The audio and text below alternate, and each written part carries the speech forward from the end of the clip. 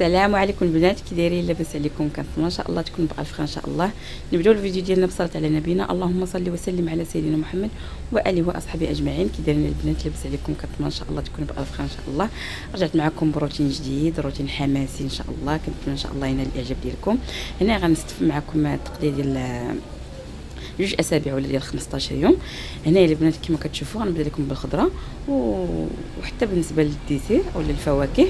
هنايا البنات كما كتشوفوا يعني عندي الخضره يعني كامله كما كتشوفوا. عندي اللوبيا، عندي السفرجل، هكا البسباس، كنجيب حتى الحامض، يعني كندير داك المركز ديال الحامض، يعني كنحتاجو هكا في العصير ويعني وبزاف ديال الحوايج. ولا ملي كنبغي نصايب يعني شي بسبوسه ولا شي حاجه كنحك يعني الحامض صافي. هنايا البنات ويعني كما كتشوفوا غنوريكم من بعد غنبدا نستف معكم. هنايا جبنا غير البنان والتفاح والليمون بالنسبه للفواكه، هما اللي يعني جبنا، يعني ما جبناش الفواكه الاخرى. وتبارك الله يعني كلشي غالي. بالنسبه يعني اللوبيا راه 17 درهم تبارك الله، يعني راه غاليه، يعني كتاخذ غير قياسك صافي. هنايا وكورجي حتى هي راه 17 درهم. هاد المطيشه حتى هي راه ب 10 دراهم. خيزو وقيله ب 7 دراهم وقيله ولا 8. المهم يعني حتى شي حاجه ما بقاتش يعني هكا يعني رخيصه صافي. هنايا البنات كناخذ هاد المنظمات. وبالنسبه للثلاجه، انا الثلاجه ديالي يعني بحكم يعني صغيره، عندي هاد المنظمات بحال هكا كندير فيهم يعني هكا الديسير، هاد الطوال هكا. وبالنسبه للمنظمات الاخرى اللي باغا تشوفوهم، عندي دوك الطوال، دوك الشبيكات العاديين ديال 5 دراهم. حتى هادو راه خديتهم يعني هاد المنظمات يعني ب5 دراهم، يعني لا غلا على مسكين. ما كناخذوش يعني شي حاجه اللي غنقولوا زعما راه نظمناه يعني ديال 20 درهم ولا 30 درهم. يعني كل واحد كيمشي على قد جيبو، والحمد لله على كل حال. القناعه هي كلشي صافي. هنايا البنات كما كتشوفوا ملي استفت داك التفاح تمايا غنستف الليمون. هنايا البنات ما كنغسل انا حتى شي حاجه، يعني اي حاجه كنغسلوها راه واخا تمسحيها تقول لك كتمسحيها، راه الثلاجه مع ديك الرطوبه يعني والبروده راه يعني الحاجه كتخسر. كنخلي انا كل شيء بحال هكا، يعني كيبان لكم بانها طبيعيه. حتى كنبغي يعني نخدم بالحاجه اولا ناخذ مثلا الديسير لبنتي اولا ناكلو الديسير، عاد كنغسلو وكندير شويه ديال الخل ديال الطبخ، يعني يا اما ديال الحامض اولا العادي صافي. هنا البنات هانتوما الحامض يعني زوين، واخا حتى هو يعني غالي، يعني شي 12 درهم، ولكن ماشي مشكل يعني كيقضي الغرض صافي. ملي استفدت داك الليمون مع التفاح والحامض، هنا درت الخيار. هنا كيبان لكم غير يعني كيلو، راه يعني غالي 10 دراهم صافي. هنايا غنستف داك مطيشه. هانتوما هذه هي المنظمات اللي قلت لكم، يعني شبيكات العاديين، يعني غير حنا كنسميوهم يعني منظمات حيت كينظموا لينا يعني بزاف ديال الحوايج، يعني الخضره والديسير. الكورجيت يعني راه ب 15 درهم، يعني راه زعما كاين الغلا الله يرحمنا وصافي. صافي هنايا البنات كناخذ عاوتاني شبيكه واحده اخرى. هنايا كندير هذوك 4 المنظمات طوال هكا لتحت، وهادو كنديرهم هكا في دوك لي زيطاجير بحال هكا. هنايا عندي 2 كيلو ديال الخيزو، درتو كامل في ديك الشبيكه بحال هكا. خديت هاد الشبيكه الثالثه كما كتشوفوا غندير دوك الفلافل. هاد الفلافل الالوان حتى هما راه غاليين، وحتى الفلافل شتيهم دوك الايام يعني راه وصلت حتى ل 30 درهم صافي. هنايا كما كتشوفوا هذوك الفلافل بحال اللي كنت درت معكم ديك الوصفه ديال الفلافل اللي معمرين بالرز، يعني كيجيو زوينين صافي. بحال هكا داك الصفرجل حتى هويا على هذا الشكل كما كتشوفوا. بالنسبه كنوريكم بالنسبه للبطاطا والبصله غنديرها في واحد 2 شبيكات عندي هكا بوحدها. وبالنسبه للوبيا حتى هي ب 17 عفوا الجلبانه ب 17 درهم. بالنسبه للوبيا والجلبانه يعني غنخليهم غننقيهم وكنغسلهم وكنديرهم في المجمد.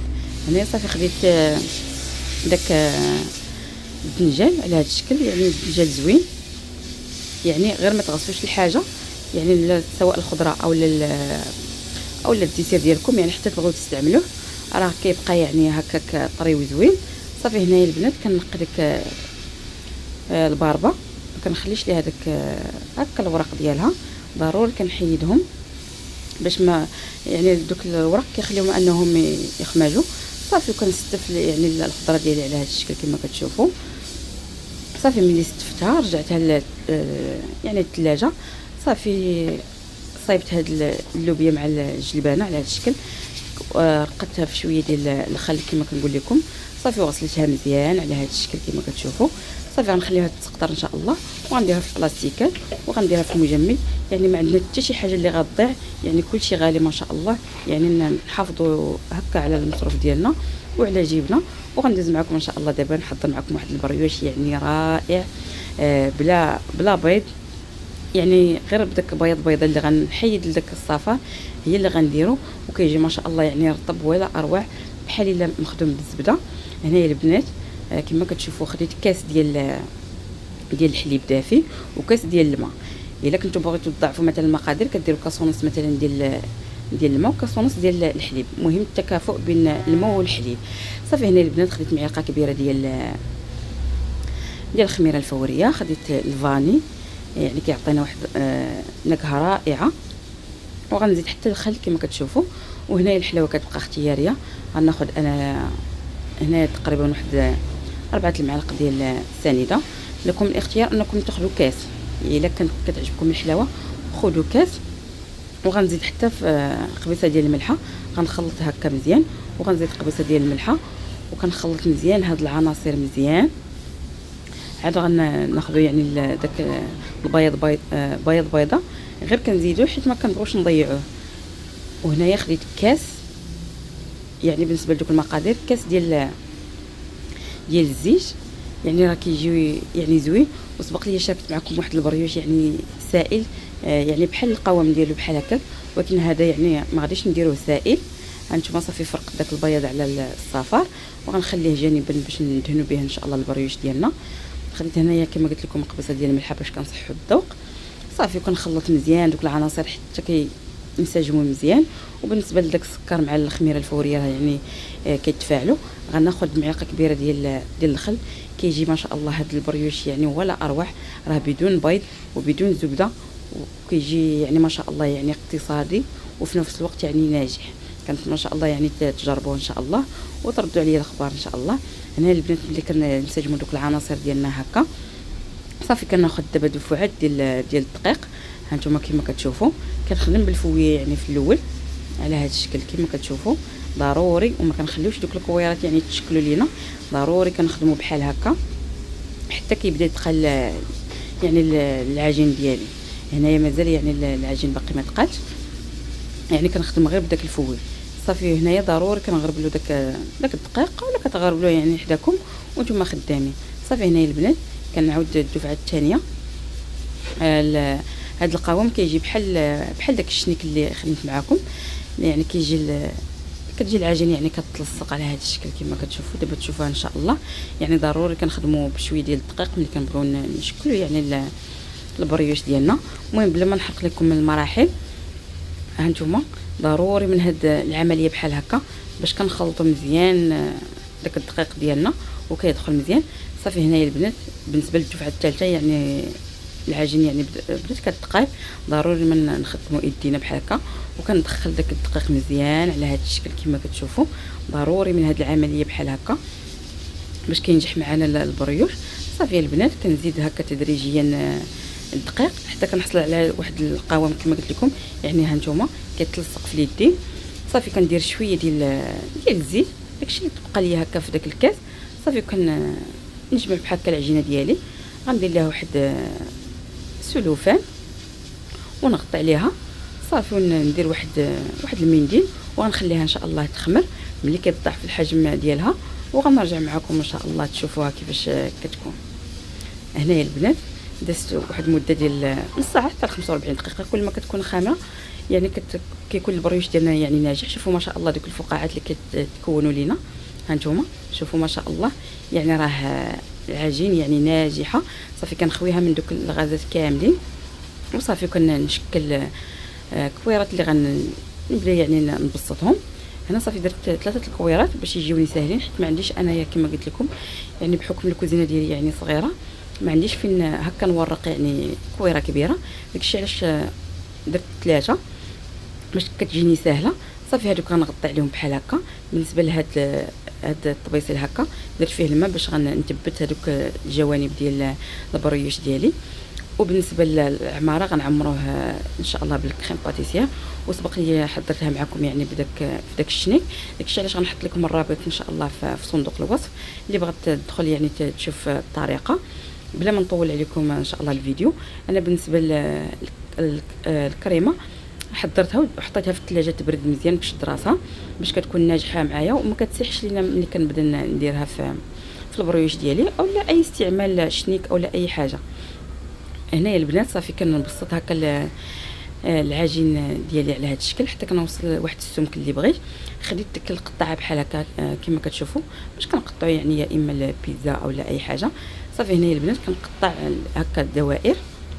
هنايا البنات غنشكل معكم 2 شكيلات، يعني واخا ما غنوريكمش واحد الشكل يعني غير كنديروا شويه على شكل طولي. المهم هنايا البنات صافي ملي كنسالي من التقطع، ها هي الكريمه ديالي ما شاء الله يعني كتكون ناجحه. تبعوا الطريقه اللي عندي في الفيديو ان شاء الله وراه غتكون ناجحه. هنايا خديت ديك الجراره ديال البيتزا. بالنسبه للبريوش ديالي ملي غنعمر ان شاء الله بديك الكريمه يعني ضروري كندير وحده فوق وحده وكنثبت بداك الماء كما كتشوفوا. يعني ضروري من هذه العمليه، وهذه العمليه راه ناجحه وما كتخرجش لينا ديك الكريمه من الجوانب. يعني يعني ضروري نطبقوا هذه الطريقه بحال هكا، كنثبتوا الجوانب هكا بداك الماء يعني كتنفخوا وما شاء الله يعني كتبقى ديك الكريمه لداخل. صافي هنايا البنات كما كتشوفوا ها هي الطريقه يعني راه شارحه راسها. ما شاء الله الفيديو يكون واضح. صافي كنثبت هذوك الجوانب على هذا الشكل كما كتشوفوا. ها انتم ضروري من هذه العمليه ديال الماء صافي. وكنهز هذيك يعني البريوشه الاخرى اللي قطعت بالجراره صافي كنثبت هكا الجوانب. شوفوا ما شاء الله كيفاش كيجيو. صافي غنستمر يعني حتى كنسالي. هنايا البنات ملي كنسالي كيخمروا صافي كندهنهم بداك الصفر ديال البيضه مع شويه ديال الحليب وزدت حتى الفاني يعني يعطيهم واحد نكهه رائعه. هنايا البنات ملي كيخرجوا هذا هو الشكل ديالهم. هنايا البنات هذا هو الشكل النهائي ديالهم. ملي دهنتهم بواحد شويه ديال الناباج تقدروا تزيدوا حتى الاضافات ديال اللوز ايفيلي اولا كاوكاو اللي توفر عندكم، راه كيجيو ما شاء الله يعني رطبين ولا اروع.